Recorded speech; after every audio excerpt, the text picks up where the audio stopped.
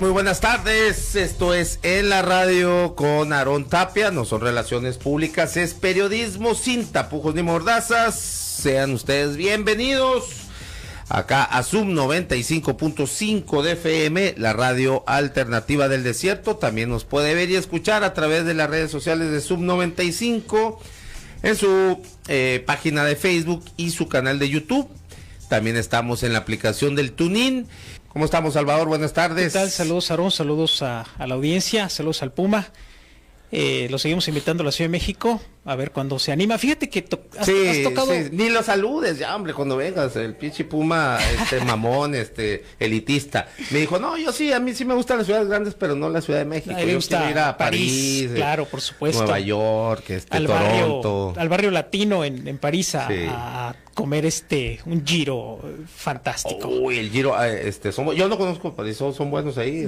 Los giros en el barrio latino más que en Grecia. De París son una maravilla, precisamente por la migración. O sea, ahí en ese lugar maravilloso, que es el barrio latino, la migración logró y ha consolidado, yo creo que una gastronomía maravillosa que incluye, por supuesto, pampita con ensalada, con carne de carnero, de cordero y con papas fritas, que con un aderezo muy particular, que es una locura, es maravilloso. A mí me encanta los giros son ¿sabes dónde hay buenos giros acá en Sonora, ahí en San Carlos? Y se acaba de quemar la palapa la palapa griega, sí, he comido giros ahí, por supuesto.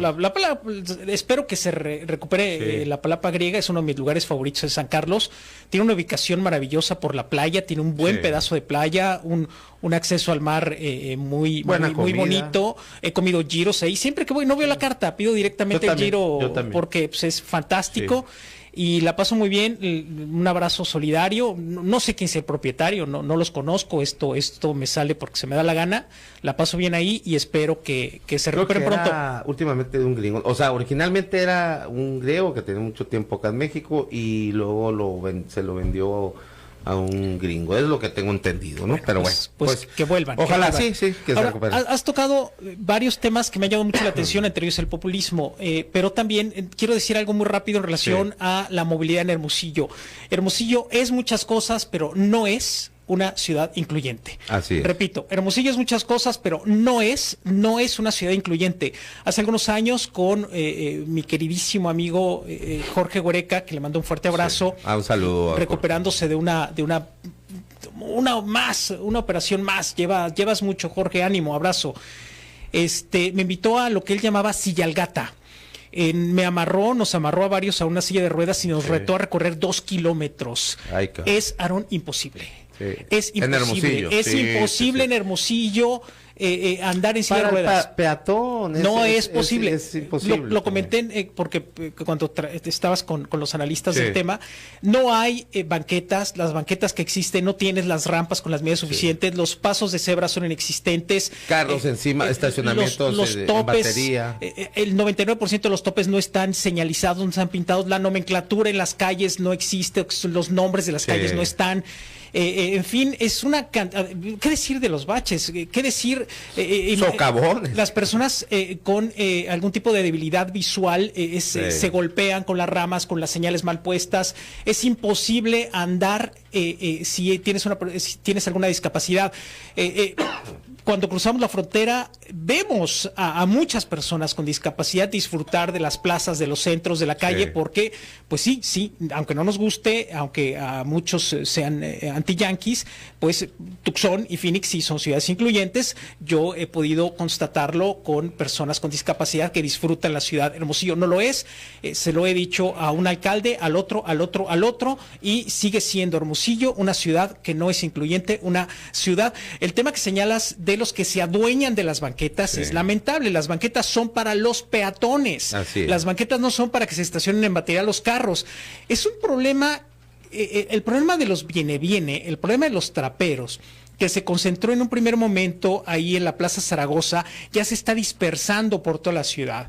Es una situación complicada, compleja, y que si se deja seguir creciendo, también es un problema de movilidad, porque ponen un cartón, ponen una cubeta, ponen un conito y ya no te puedes estacionar, se adueñan de las calles son de todos, las calles no importado tienen dueño. De Ciudad de México, por cierto, lamentable, esas mañas, ¿no? y eso se convierte después en mafias, después se convierten en informantes para un grupo, para otro, después y si no les pagas, pues te encuentras el carro rayado. Es una posibilidad. Ponchado. También después viene la agresividad, viene la violencia, en fin, estamos a tiempo en Hermosillo de que Hermosillo sea una ciudad incluyente, de que las banquetas sean banquetas, de que los señalamientos existan. Oye, no es posible, y a todos nos ha pasado, vas circulando en cualquier avenida y estás a punto de chocar porque están los de agua o están algún empleado haciendo su trabajo, pero no ponen adecuadamente las señalizaciones para que con tiempo puedas cambiar de carril, puedas ir frenando, o una coladera que se robaron la coladera, y todos lo hemos visto, no me dirán que no, hay una ramita con una bolsa de plástico como banderita para que no te vayas a ir de boca en esa alcantarilla.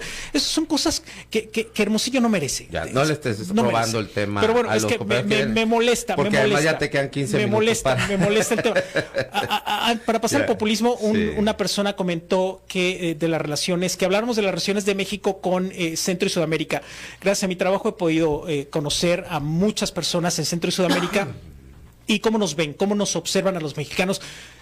Pues el hermano mayor les repatea esa palabra del hermano mayor. Hay un sentimiento muy comprensible del maltrato de hondureños, nicaragüenses, salvadoreños, del maltrato que sufren ellos en la frontera con México.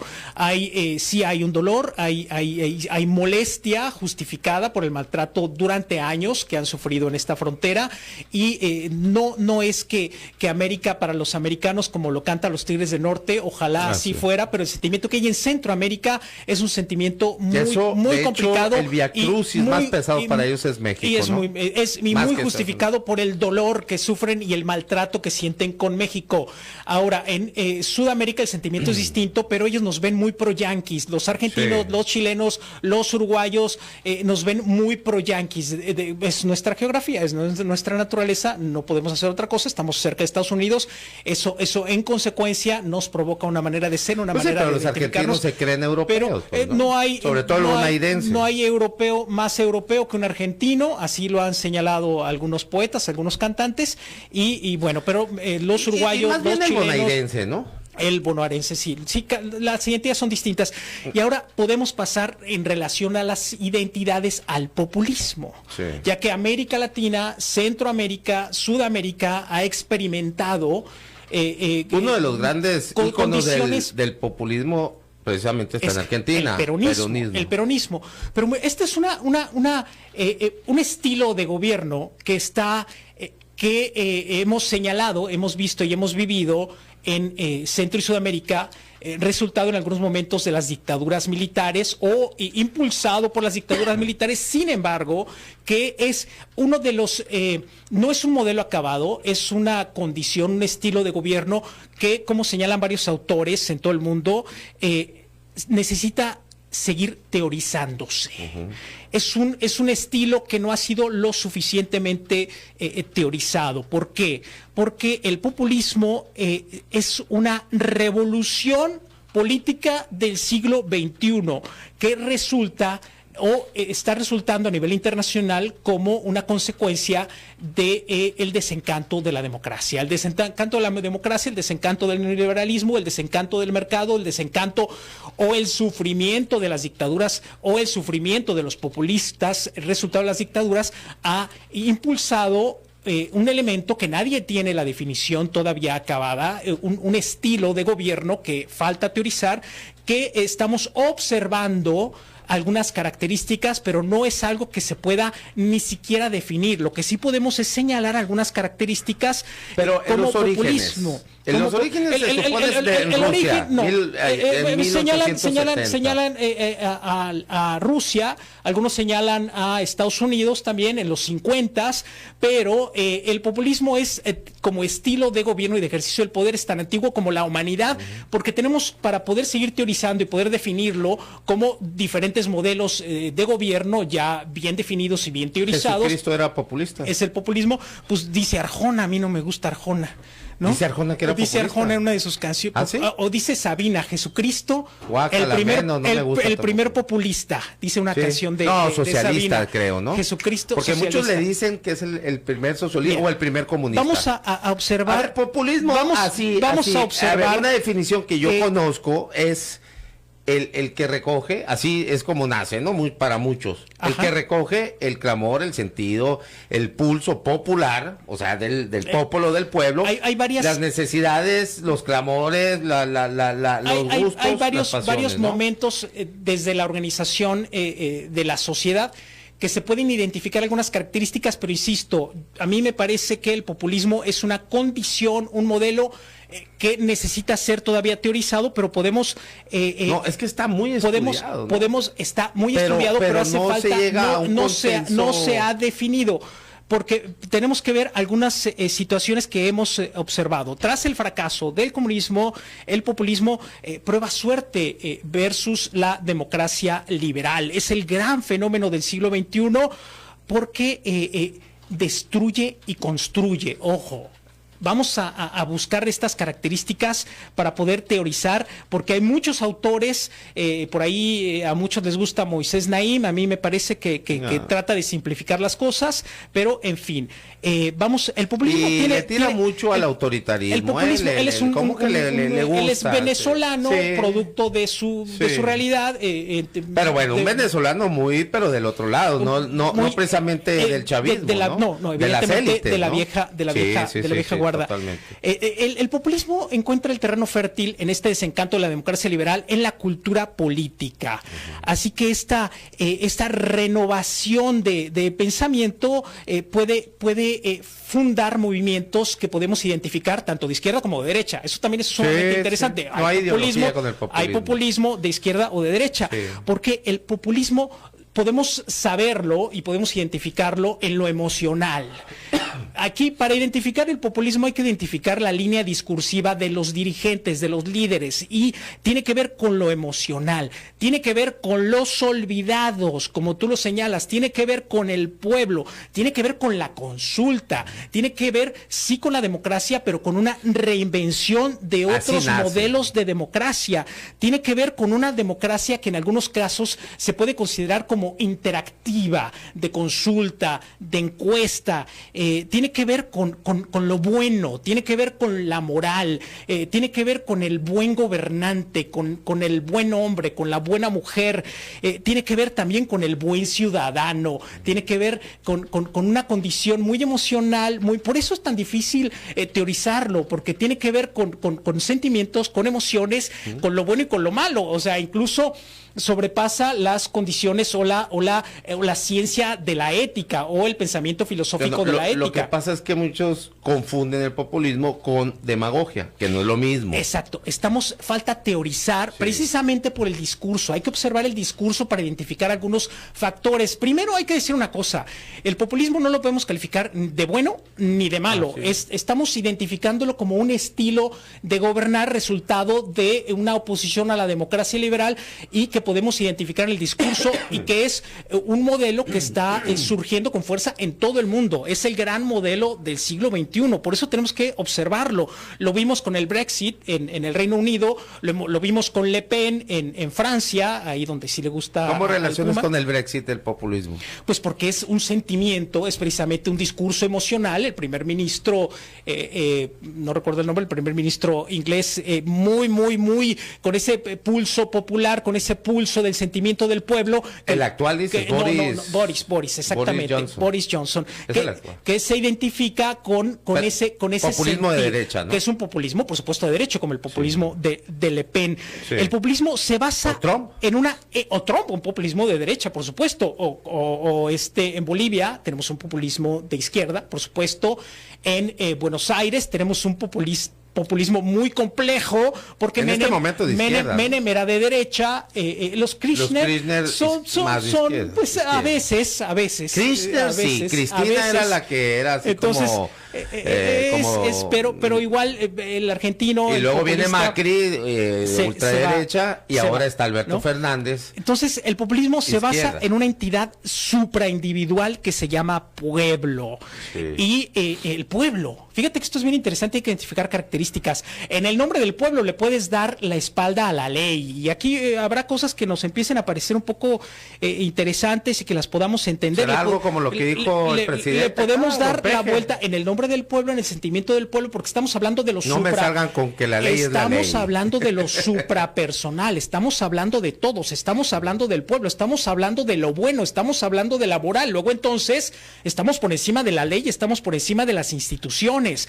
Por eso es importante identificar estos estilos de gobierno. El populismo da y asiste, no transparenta, polariza. El populismo da, asiste, no tiene por qué transparentar, porque él necesita ser asistencialista, la esencial, porque su esencia está en el pueblo, porque en el pueblo es donde surge y emerge un liderazgo, por supuesto, con un discurso emotivo, emocional, y que encuentra un camino sencillo de ejercer el poder y de transmitir estas ideas y emociones con lo más importante, que es precisamente el pueblo, porque tiene una cosmovisión moral, por eso puede estar encima de las instituciones, puede estar encima de las leyes, es moral. Tenemos una cartilla moral, si ya se nos olvidó, aquí en México por ahí está una cartilla moral, y este criterio moral, pues evidentemente... Una copia de lo que hizo Bernardo Reyes. Bueno, lo que pasa es que estamos hablando de uno de los movimientos más importantes del siglo XXI, estamos hablando de un movimiento que se está dando en todo el mundo, estamos hablando de este estilo de gobernar que podemos identificar algunos elementos. Insisto, los teóricos que quieran encasillar el populismo ya en una definición acabada, pues se van a equivocar, porque es algo que tenemos que seguir observando. Yo los invito, hay muchos autores, hay una gran cantidad de material a disposición para, no para encasillarse o encerrarse en uno, sino para que podamos observar y entender lo que estamos viviendo. La esencia, insisto, del populismo es el pueblo, y ahí es donde se encuentra su líder. Te quiero hacer esta pregunta, El Salvador. ¿No te parece que el populismo o la definición de populismo puede ser tan fácil, sin embargo, el político o nosotros, el ser humano en general, el ciudadano en general, la hace demasiado compleja? No es fácil. Dime un político que tú conozcas que no sea populista, alguien que no sea dictador, porque a ellos les vale madre los sentimientos del pueblo. Ellos llegan, el autoritarismo llega, o bueno, la dictadura llegan y no les importa. Pues ahí no hay democracia, no hay nada, no necesitan recoger los clamores del pueblo. El primer ministro de Canadá no es populista. Me parece que no es populista. No recoge los sentires del Me parece pueblo. que es un primer ministro, Justin Trudeau. No, me parece, ¿cómo no va a ser populista? Me parece que no es populista, me parece que es un demócrata. Tiene un gabinete y me parece que es institucional. Ahora, fíjate, ahí viene la confusión. Y un tema que lo vimos, una confusión bien interesante es la que se dio precisamente, estaba Peña, estaban Justin Trudeau y estaba Obama.